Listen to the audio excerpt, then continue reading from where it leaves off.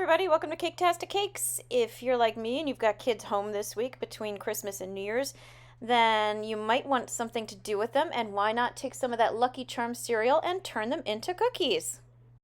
Alright, I'm going to go through these cookies real quick. So you're going to begin by preheating your oven to 375 degrees.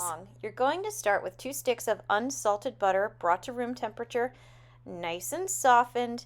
Put them in your mixer and just start creaming them up. Cream them till they're nice and smooth. Then you're going to add some sugar to it.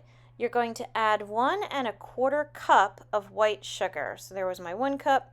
Here's my 1/4 cup.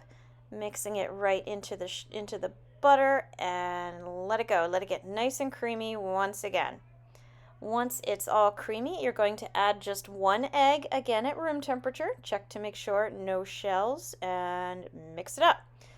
While that's going, you're going to add 2 teaspoons of vanilla extract. So again, nothing too out of the ordinary here.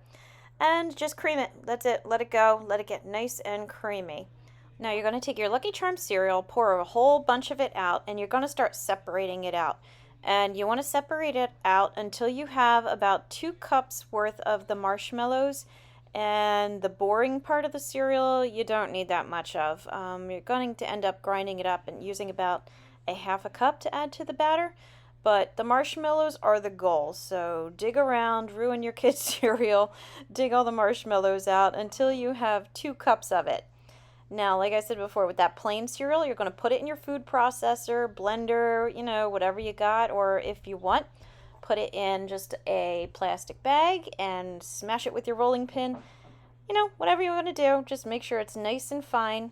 When you have it all ground up, you're going to measure out about a 1/2 cup of the powder, the, I guess, cereal dust, cereal grinds, and then add it to your dry ingredients. Now, your dry ingredients, mix them into a separate bowl, and I'm going to start with the flour here. I'm going to use 2 1/2 cups of an all-purpose flour. And the first time when I made these, the cookies really spread. Even though I chilled the batter in the refrigerator for an hour, they still really spread, so I ended up adding extra flour to it. It would have brought it to about 3 cups. Now that 1/2 cup of cereal crumbs, dump it in, add it to your flour. You're going to be adding a 1/2 teaspoon of baking powder and also a 1/2 teaspoon of baking soda to your dry ingredients mix. So a 1/2 and a 1/2 of baking soda and baking powder. Whisk your dry ingredients together, and then you'll be ready to mix them in with the wet ingredients. And here, if you wanted to, you could add a 1/4 teaspoon of salt. I typically don't because I just don't like salt in my cookies, but whatever. If you want salt in your cookies, add a 1/4 teaspoon of salt.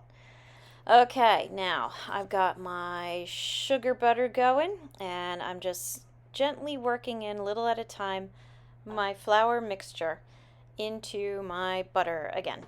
So yes, once you get it all mixed in, you're going to find it's a little bit on the thick side, and that's okay. But again, just add a little bit at a time until it's all incorporated. Now, when it's done, you can see it's pretty thick. Looks like cookie dough, right? Like no surprises here. What I'm going to do is I'm going to add 1 cup of the marshmallows that I have picked out.